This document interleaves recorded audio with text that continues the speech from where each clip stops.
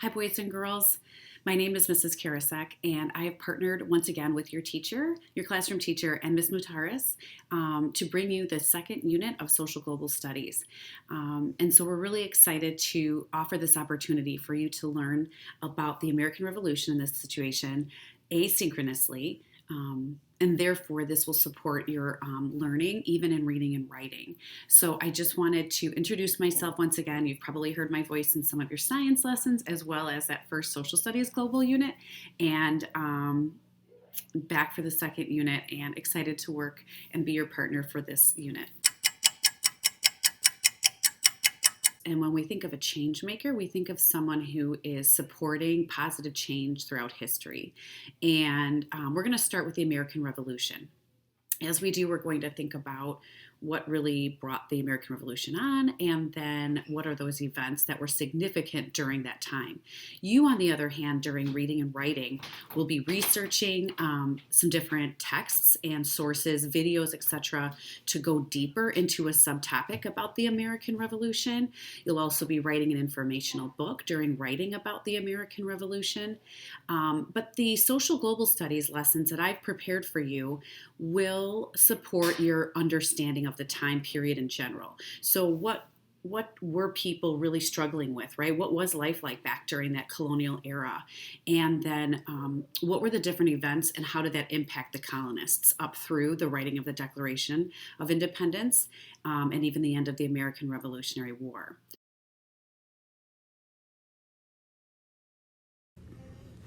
Hi, boys and girls. I wanted to introduce you and take you through sort of a picture walk and an orientation of this digital notebook.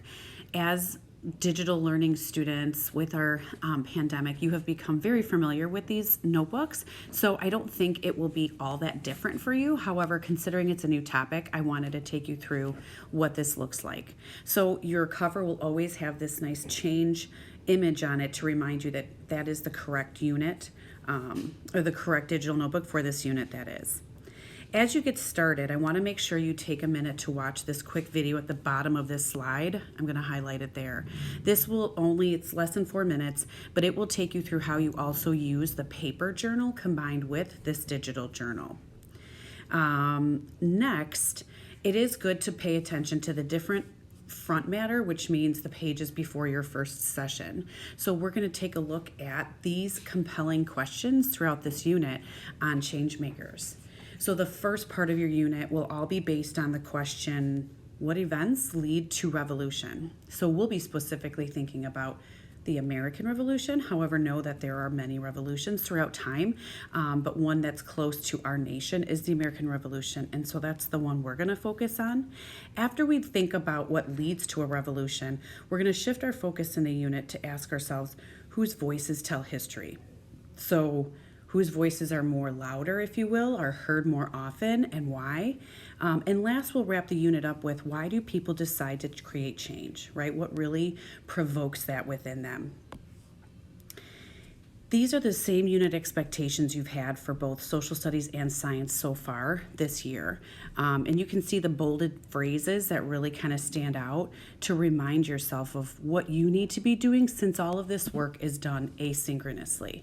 So make sure you have a nice quiet spot in your house, you have your paper journal, a pen or a pencil nearby, along with a charger and your iPad.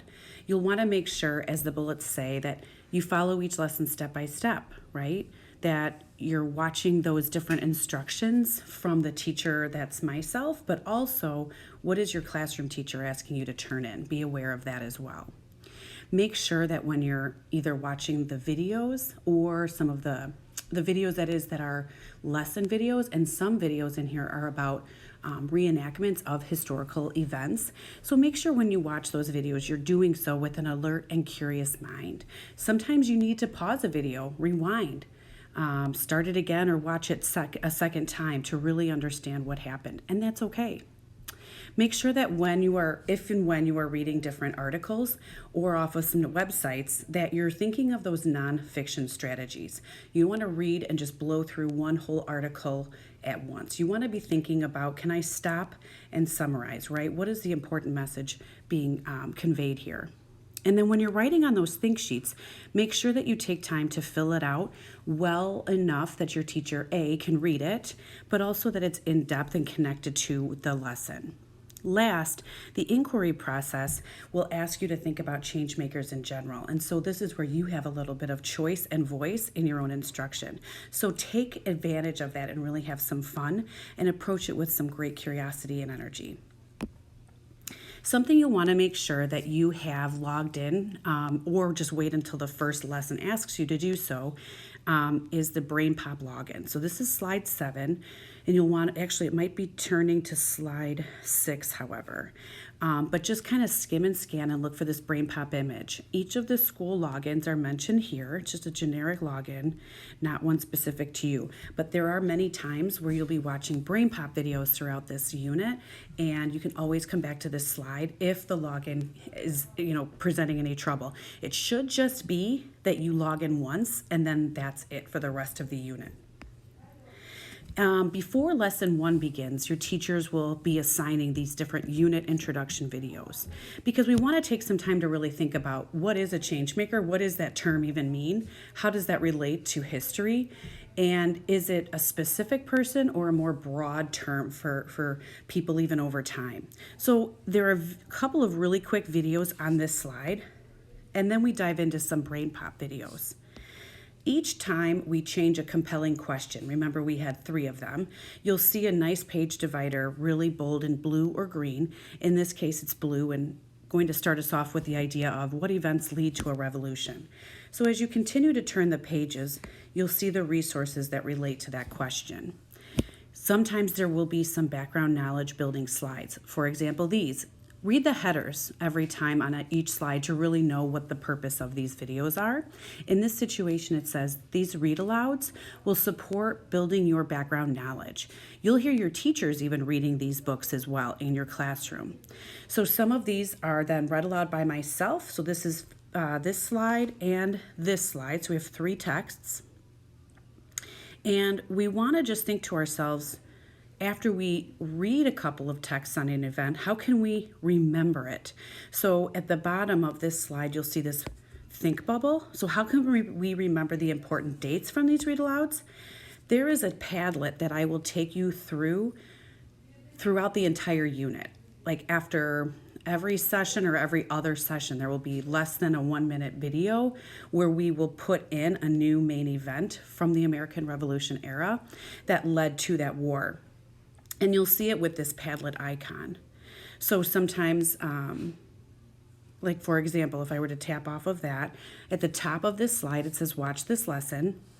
And this is this one is a 10-minute video. It's a little longer because it's taking into account everything we learned from those 3 read alouds.